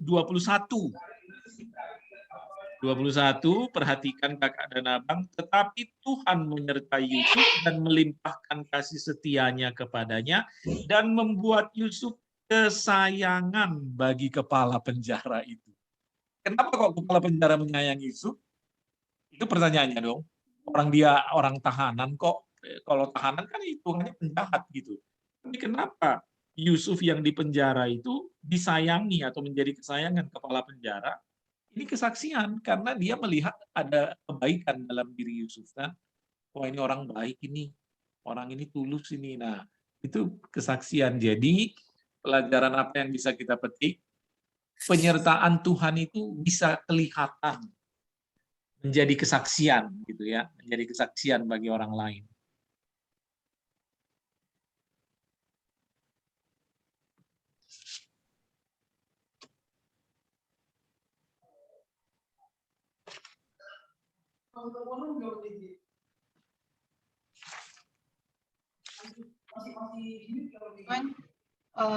Kalau kita mau lihat dari sisi yang berbeda, bisa kita ambil pelajaran juga nggak mengenai, kan kita berbicara tadi kita yang dicobai ya, mengenai pencobaan ini.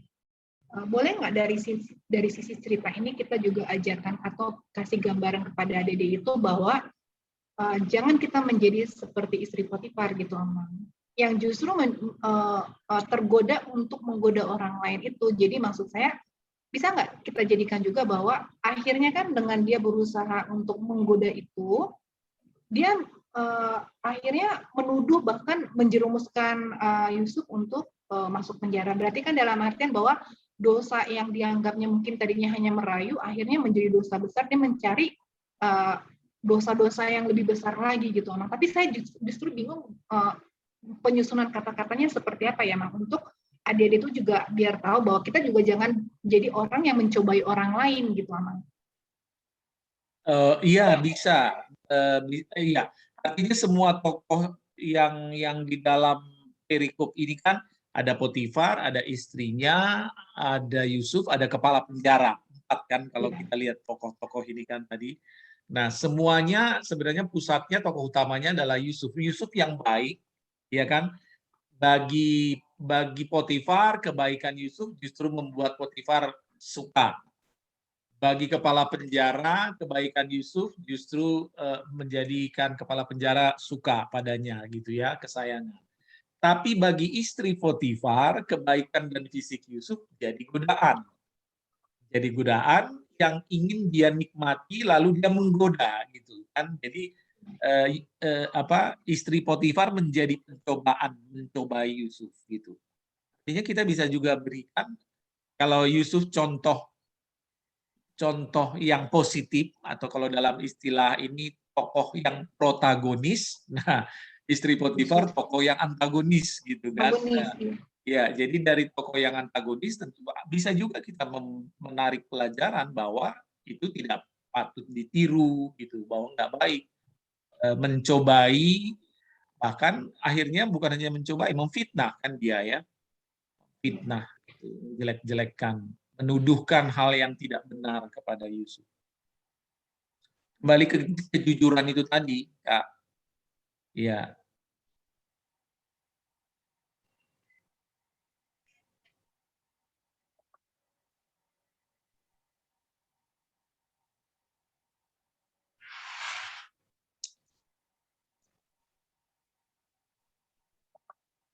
Pertanyaan pendalaman Alkitab sudah terjawab semua ya. Nanti tentu kakak dan abang bisa menyampaikannya. Jawabannya kira-kira pedomannya seperti apa yang kita sudah diskusikan. Oke, dilanjut ke perenungan, Kak. Allah menjamin bahwa orang percaya pasti bisa menang terhadap pencobaan. Tapi ada bagian yang harus dilakukan oleh orang percaya, yaitu berjaga-jaga, berdoa, dan melawan iblis dengan iman yang teguh. Bahkan, Allah memberikan perlengkapan senjata untuk kita kenakan supaya kita menang terhadap tipu muslihat iblis. Orang percaya jatuh ke dalam dosa karena tidak melakukan bagiannya. 1. Daud jatuh ke dalam dosa karena dia tidak segera lari dari atap istana, tempat ia melihat Bathsheba. 2. Simson jatuh ke dalam dosa karena dia bermain-main dengan sumber pencobaan dan hatinya tidak takut akan Allah, terbiasa melanggar hukum-hukum Allah. 3. Petrus jatuh ke dalam dosa menyangkali Yesus karena takut menanggung kesusahan akibat ketaatan. Ya, itu tadi contoh-contoh ada 3 ya. 3 contoh-contoh tentang bagaimana orang menghadapi pencobaan.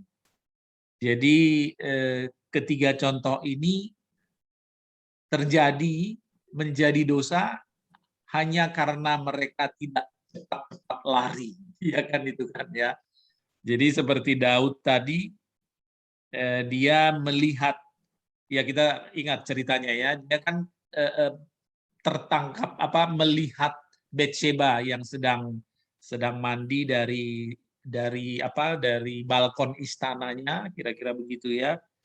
Dan dia bukannya langsung lari atau menutup mata gitu tuh, tapi malah dia pantengin terus di situ dan akhirnya justru menjadi godaan membuat dia jatuh ya. Simson ya, kita tentu tahu, ingat cerita Simson ya, manusia yang kuat. Apa yang membuat dia jatuh dalam dosa? Karena dia bermain-main dengan sumber pencobaan. Sumber pencobaannya adalah wanita Filistin, Delila itu ya, Delila, dan ternyata kelemahan Simson memang wanita ya, kelemahan Simson memang wanita. Justru dia mendekati yang dia sudah tahu di situ kelemahannya, malah dia dekati dan dia tidak peduli itu orang Filistin, malah dia jatuh dalam dosa. Petrus jatuh dalam dosa karena menyangkal Yesus, karena takut menanggung akibat. Iya, kalau bahasa sekarang nanti jadi ikut terlibat gitu kan. Jadi dia takut ikut dilibatkan dalam persoalan itu, akhirnya dia menyangkal. Dan banyak lagi contoh-contoh yang lain. Ya. Ananias dan Safira, kakak tentu ingat ya, kakak dan abang. Apa kesalahan Ananias dan Safira? Tidak jujur, menyembunyikan Yang berbohong. penjualan. Iya, tidak jujur bagaimana, Bang? Menjual dari harta tanahnya. Kasih semua ya. Waktu Iya, itu berbagi. Tapi betul. Dia menjual tanahnya, tapi dia tidak berikan semua, bahkan dia berbohong. Ya mungkin dia bilang sebenarnya harganya misalnya 10 juta, tapi dia bilang 5 juta gitu kan. Yang 5 juta buat dia gitu. Dia berbohong di hadapan manusia, tapi dia lupa ada Tuhan yang melihat. Ya.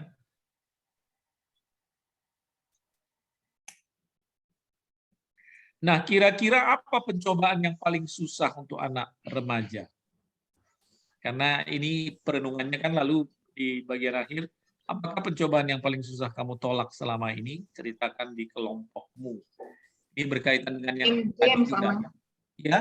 Main games, mempergunakan waktu tidak tepat. Jadi mungkin sampai berbohong sama orang tua, waktunya belajar dia sambil main games. Mungkin itu paling sering kali ya. Betul. Betul sekali itu. Jadi kelihatannya dari jauh buka buku atau buka laptop, tapi ternyata di tengah-tengah buku ada handphonenya. Ya, ya. Ada lagi yang lain kira-kira? berbohong. Berbohong, kejujuran, ya. Iya.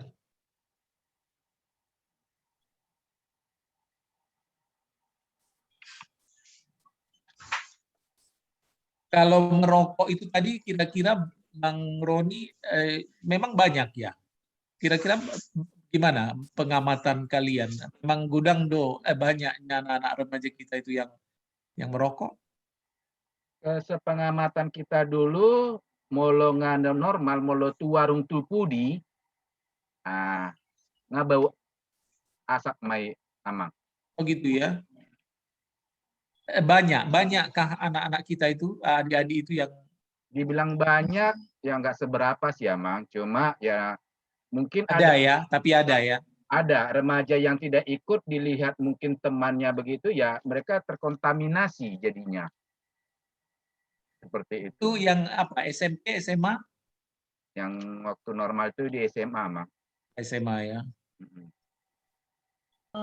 Mungkin sebenarnya nggak cuma dalam hal merokok juga sih sebenarnya, Amang. Karena kalau aku lihat, mungkin kalau cowok mungkin kelihatan gitu ya, itu lebih ke kebiasaan. Jadi kalau yang cewek-cewek juga sebenarnya banyak. Kayak misalnya, kalau aku kesimpulannya Amang ya, kalau remaja sekarang tuh sebenarnya kayak mereka tuh krisis identitas, pengakuan gitu. Jadi kayaknya kalau lu nggak gaul, nggak diterima kalau misalnya nggak ngerokok, atau lu tuh nggak masuk ke dalam komunitas kayak cewek-cewek kayak tadi yang kelas 7 itu Korea gitu, udah nggak zaman nih Kak BTS, jadi kayak itu tuh udah ini gitu. Terus aku tanya kenapa kamu suka sama Korea gitu ya, dan aku juga emang dulu pernah kayak begitu, segitu maniaknya. Nah ternyata buat mereka pertama itu adalah bukan karena visual, tapi karena pengakuan dari teman-temannya. Jadi ketika ditanya nih misalnya si icon A gitu ya, idol A, nah, ketika dia tahu, nah berarti lu gaul nih, lu tahu nih update-nya sekarang. Nah, akhirnya mereka jadi grouping kan, gitu. Jadi sebenarnya memang ada unsur tentang pengakuan itu gitu loh, krisis identitas gitu loh, Amang, di remaja ini. Gitu. Itu sih. Karina kalau bilang Korea jangan lihat Kak Betty. Banyak loh Bang di sini yang suka Korea, Valen, Kak Kirena juga. Mohon maaf, saya nggak suka BTS ya. Nggak suka, saya juga. Saya nonton doang. Sama lebih ke drama ya. Saya nggak ngerti. Korean drama. Jangan saling nuduh, ngaku aja. Saya nggak ngerti BTS itu siapa.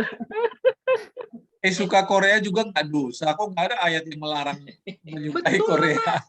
Amang nggak berdosa, cuma kita diajak, Baron nonton yuk Baron. Masa saya nonton Korea? Berarti Baron harus segera melarikan diri kalau ada yang Iya. Ya ampun, apa dosanya nonton Korea, Kak? Nggak ada, Kak. Nggak ada. Kenapa Baron ini sensitif dengan Korea? Kak Bet, nonton Korea itu bisa sampai jam 3, jam 4. Nah, itu. Kan Dan di rumah kejadian begitu. Mati lampu tuh, handphone masih begini, pakai nangis segala, bayangin. Wajar lah Baron, gimana sih, nggak ngerti banget sih.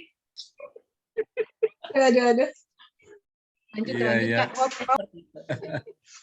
Iya, jadi memang tantangan remaja itu ya, karena situasi pencarian jati diri, jadi lingkungan justru memang ya, lingkungan yang paling sering dan paling berat dihadapi gitu ya, pengakuan dari lingkungan, ikut tren, paling nggak enak memang kalau dibilang nggak gaul gitu kan, jadi kalau dibilang gaul wah keren gitu ya.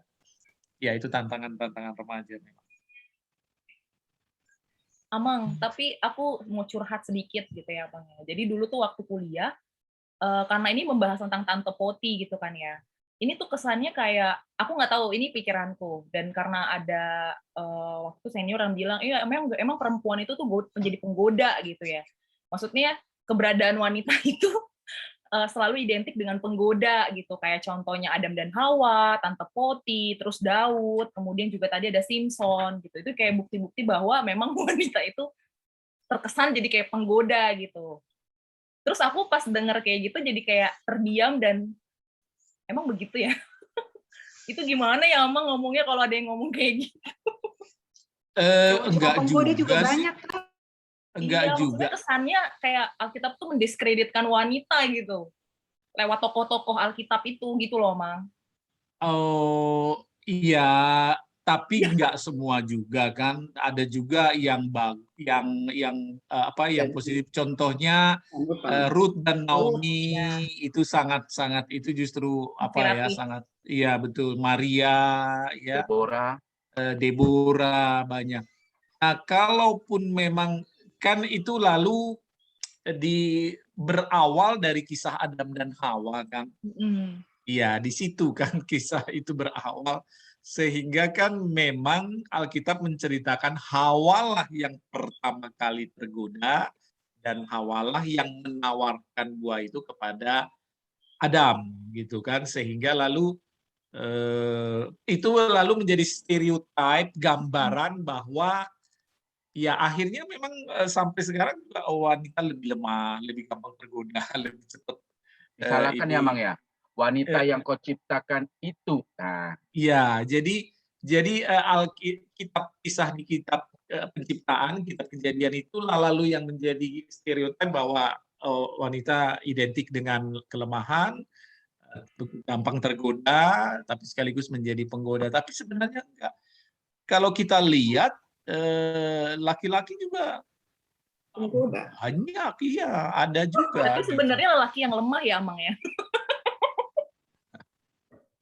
Kalau ditafsirkan di kisah Adam dan Hawa itu ya, coba kan perhatikan, aku akan menjadikan seorang penolong. Iya kan, ingat ya kata-kata itu ya. Artinya apa? Berarti kan Adam itu orang yang perlu ditolong. Siapa yang menolong? Siapa yang perlu ditolong? Siapa yang menolong? Kalau dalam pengertian yang lebih universal, orang yang perlu ditolong adalah orang yang lemah karena dia butuh pertolongan, kan gitu kan? Iya kan, contohnya kita pelayanan diakonia, pertolongan kan diakonia itu kan, kita menolong, memberi sumbangan kepada yang membutuhkan, contohnya jemaat kita yang mengalami dampak ekonomi ya, yang miskin gitu ya. Kita memberi beasiswa kepada anak-anak yang kurang mampu, kan lemah kan mereka. Karena lemah, maka perlu ditolong. Nah, ternyata firman Tuhan berkata, aku akan menjadikan penolong baginya yang sepadan dengan dia. Penolong. Berarti yang ditolong lebih lemah, yang menolong lebih kuat. Kan Iya. gitu.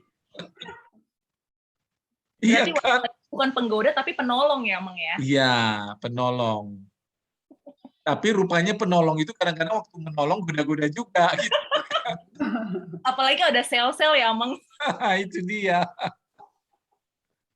Iya, Tapi jadi nggak selalu sih. Artinya sebenarnya laki-laki juga ada melakukan hal yang sama, mengalami hal yang sama. Cuma mungkin yang muncul ke permukaan atau khususnya di Alkitab lebih banyak yang konotasinya perempuan gitu. Sebenarnya sama aja sih.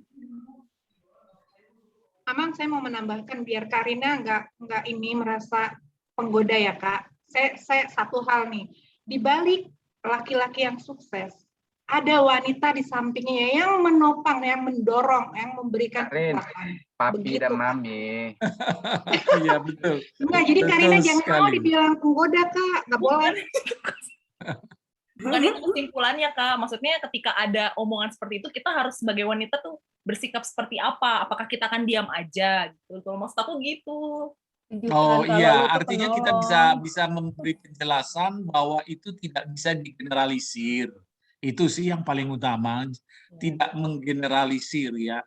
Cuman kebetulan kan dunia pertama Alkitab, terutama kan itu yang paling sering menggambarkan itu kan film.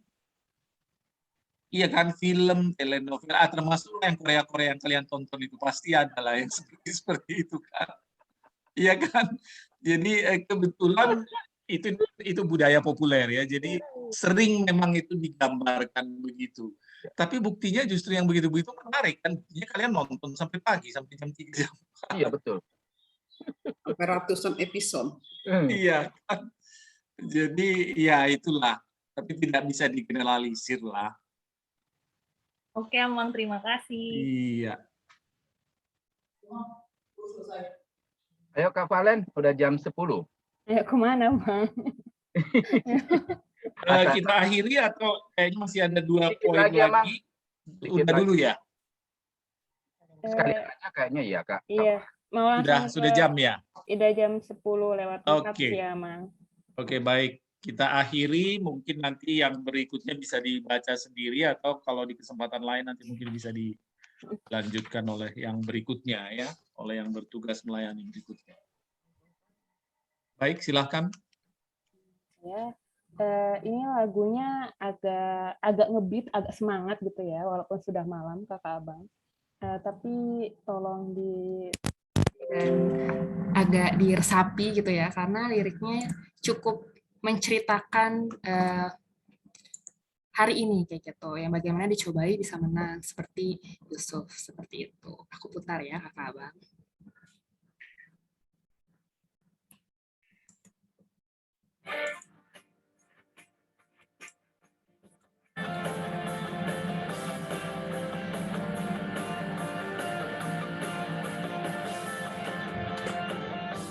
Dari pemenang dalam segala perkara, Iblis telah dikalahkan oleh kuasa darahnya. Jika Allah di pihak kita, siapa dapat melawan? Kita lebih dari pemenang. Haleluya. Kibarkanlah banjinya, Yesus Raja segala raja. Haleluya. Bangkitlah gerejanya, kita lebih dari pemenang. Lebih dari pemenang dalam segala perkara. Iblis telah dikalahkan oleh kuasa darahnya. Jika Allah di pihak kita, siapa dapat melawan? Kita lebih dari pemenang. Haleluya. Kibarkanlah banjinya, Yesus Raja segala raja. Haleluya. Bangkitlah gerejanya, kita lebih dari pemenang.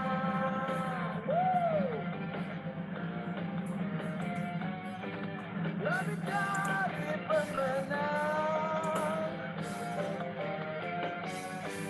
Jika Allah di pihak kita, siapa dapat melawan? Kita lebih dari pemenang. Haleluya.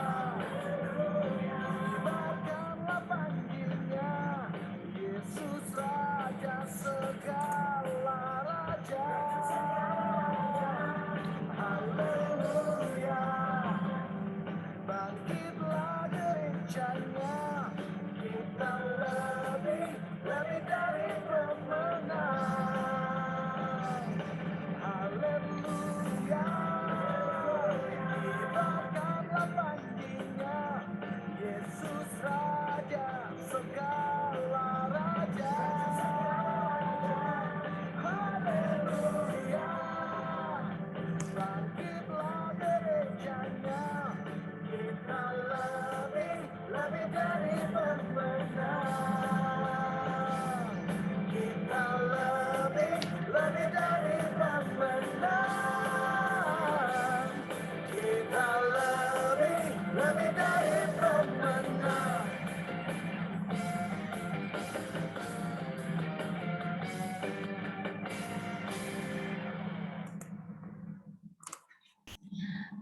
Saya persilakan kepada Amang Hotma Pasaribu untuk menutup sermon hari ini. Baik, mari kita akhiri sermon kita berdoa. Segala puji, hormat, dan syukur bagi Allah Bapa kami di surga, Tuhan kami di dalam Yesus Kristus, Tuhan yang senantiasa mengasihi kami dengan kasih setia dan rahmat-Mu yang tidak berkesudahan. Terima kasih Tuhan untuk kesehatan, terima kasih untuk damai, sukacita, terutama terima kasih untuk waktu yang indah yang boleh kami nikmati bersama dalam persekutuan sermon PDR pada malam hari ini. Berkati apa yang sudah kami persiapkan, kami bahas, kami diskusikan, kami dalami bersama, yaitu firman-Mu, tentang bagaimana kami dapat memenangkan cobaan, godaan, menang dalam peperangan ketika kami menghadapi cobaan dan godaan dalam hidup kami ini. Khususnya bagi anak-anak-Mu, para remaja, melalui pelayanan KTB ya Tuhan. Bagaimana Yusuf yang senantiasa Engkau sertai dalam perjalanan hidupnya, sehingga ketika ia menghadapi cobaan, godaan, bahkan persoalan yang berat, bahkan penderitaan ketika dia harus dijual menjadi budak, lalu kemudian dia harus masuk penjara karena difitnah, tapi ia senantiasa tidak berputus asa, bahkan tidak mengeluh. Sebab Tuhan senantiasa mengasihi, Tuhan senantiasa menyertai dan melindungi dia. Terima kasih Bapak, kiranya demikian juga dengan kami, khususnya bagi anak-anak remaja, agar mereka menjadi anak-anak yang takut akan Tuhan, sehingga melalui pelayanan KTB, iman mereka semakin bertumbuh dan terutama semakin dikuatkan, sehingga mereka kuat ketika menghadapi cobaan dan godaan dalam hidupnya, terutama di masa-masa remaja mereka ini Tuhan. Berkati seluruh kakak dan abang pendamping remaja, kami yang hadir pada sermon malam hari ini, juga saudara-saudara kami yang tidak dapat hadir pada sermon malam hari ini.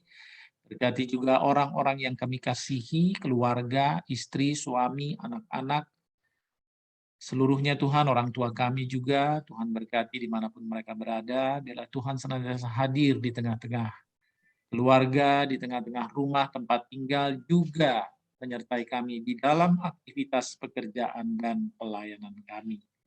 Berkati juga seluruh anak-anak remaja, murid-murid KTB, berkati mereka di sekolah, dalam pelajaran mengerjakan segala tugas pelajarannya, beri hikmatan dan akal budi kepada mereka, agar mereka juga dapat memakai waktu yang Tuhan berikan pada mereka sebaik-baiknya. Dan mereka dapat dengan bijak juga bergaul dengan teman-teman yang dapat memberikan faedah atau manfaat yang positif, yang baik bagi mereka. Bila ada saudara-saudara kami, khususnya anak-anak remaja yang sedang sakit, Tuhan beri kesembuhan, Tuhan beri pertolongan, yang lemah Tuhan beri kekuatan. Ada yang sedang bergumul, yang berduka, Tuhan beri penghiburan. Kami juga mau berdoa bagi anak kami, Rogate Utahayan, yang masih harus terbaring karena sakit yang ia derita. Kiranya Tuhan melawatnya, ulurkan tangan-Mu yang kudus, menjamah tubuhnya. Berkati semua perawatan, pengobatan yang ia terima. Kami percaya Tuhan dapat pakai semua, menyatakan kuasa dan kasih. Demikian juga bila ada anak-anak remaja, juga saudara-saudara kami PDR yang sedang sakit, Tuhan juga beri kesembuhan dan kesehatan bagi. Terima kasih Bapak, bila sementara kami akan berpisah dan beristirahat malam hari ini, kasih-Mu menyertai kami hingga kami boleh beristirahat, tidur dengan nyenyak malam ini. Dan besok pagi kami bangun di hari baru dengan semangat, dengan tubuh yang segar untuk melakukan segala tugas, tanggung jawab, dan aktivitas kami. Terima kasih Bapak, kami naikkan doa kami ini hanya di dalam satu nama yang penuh kasih, nama yang penuh kuasa, Yesus Kristus Tuhan dan Juru Selamat kami. Anugerah dari Tuhan kita Yesus Kristus, kasih setia Allah Bapa dan persekutuan Roh Kudus, menyertai saudara sekalian saat ini sampai selama-lamanya. Amin. Selamat malam semuanya. Terima kasih, Amang. Yuk, sama-sama.